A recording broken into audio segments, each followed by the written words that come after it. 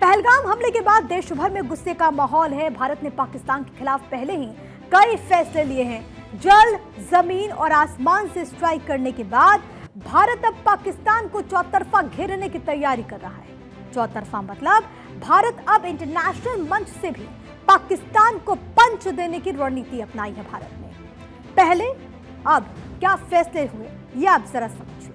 पहले सिंधु जल समझौता सस्पेंड हुआ और अब 3 इंटरनेशनल मोर्चों पर शिकंजा। वो यूएनएससी, आईएमएफ और एफएटीएफ का मंच है जिसे पाकिस्तान को घेरने की हमारी प्लानिंग है। तो मोदी सरकार ने वाटर स्ट्राइक करने के बाद अब आर्थिक शिकंजा कसना शुरू कर दिया है, यानी कि आर्थिक प्रहार करने की एक कोशिश है।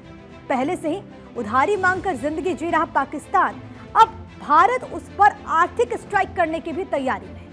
भारत अंतर्राष्ट्रीय मुद्रा कोष जैसी संस्थाओं से पाकिस्तान को दिए जा रहे फंड और लोन पर रोक लगाने की तैयारी में है। और भारत सफल होता है तो ये पाकिस्तान के इकोनॉमी स्ट्राइक से कम नहीं। भारत का अगला कदम यह है कि पाकिस्तान को फाइनेंशियल एक्शन टास्क फोर्स यानी कि एफएटीएफ के जरिए घेरा जाए।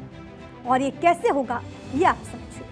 पाक को एफएटीएफ की ग्रे लिस्ट में डलवाने की कोशिश है भारत की। एफएटीएफ के 37 में से 23 देश भारत के सपोर्ट में है। ग्रे लिस्ट में जाने के बाद पाकिस्तान को कर्ज मिलना मुश्किल हो जाएगा।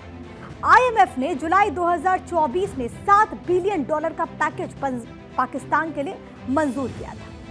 37 महीनों में किस्तों में यह कर्ज मिलेगा। मई में $1 बिलियन की किस्त अटकेगी।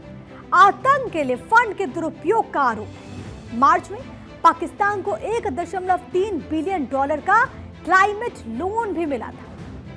आईएमएफ का कार्यकारी बोर्ड 9 मई को यानी कि 6 दिन बाद पाकिस्तानी अधिकारियों के साथ बैठक करने वाला है। इसी बैठक में इन फंड्स की समीक्षा होगी। भारत ये चाहता है कि पाकिस्तान को फिर से एफएटीएफ की ग्रे लिस्ट में डाला जाए क्योंकि उसने आतंकवाद को बढ़ावा दिया है और इसी तैयारी में भारत है। आतंक फैलाने वाला पाकिस्तान पहले से ग्रे लिस्ट में था, यह बात याद रखिए। जून 2018 से अक्टूबर 2022 तक ये पाबंदी थी। विदेशी निवेश और कारखाने बंद वहां पर पड़े हुए थे। जून में एफएटीएफ की मीटिंग होने वाली है। इसी मीटिंग में भारत इस मुद्दे को प्रमुख तौर पर उठा सकता है। एफएटीएफ की ग्रे लिस्ट में पाकिस्तान को फिर से डाला जाता है तो इसका मतलब यह है कि उस देश में पैसे की हेराफेरी और आतंकवाद को रोकने के लिए जो नियम हैं उनमें कमियां हैं। इस लिस्ट में शामिल होने का मतलब है कि वो देश ब्लैक लिस्ट में भी जा सकता है। ब्लैक लिस्ट में उन देशों को डाला जाता है जो आतंकवाद को फंडिंग और हेराफेरी करते हैं। ब्लैक लिस्ट में शामिल देशों को नॉन कोऑपरेटिव कंट्रीज और टेरिटरीज भी कहा जाता है और पाकिस्तान इसमें सटीक बैठता है। तो भारत लगातार कदम उठा रहा है, पाकिस्तान पर प्रहार कर रहा है और इसी तरीके से भारत इंटरनेशनल मंच पर पाकिस्तान का पर्दाफाश कर रहा है। पहलगाम आतंकी हमले को दुनिया, तमाम देश जो दुनिया के हैं, इसे एक टेरर अटैक मान रहे हैं। दुनिया को भारत कह चुका है कि इस हमले के पीछे पाकिस्तान का हाथ है। लिहाजा एफएटीएफ के जरिए पाकिस्तान पर भारत बड़ा प्रहार करने की तैयारी। एफएटीएफ की ग्रे लिस्ट में जाएगा पाकिस्तान, कुछ असर पड़ता है उसका बैंकिंग इत्यादि पे।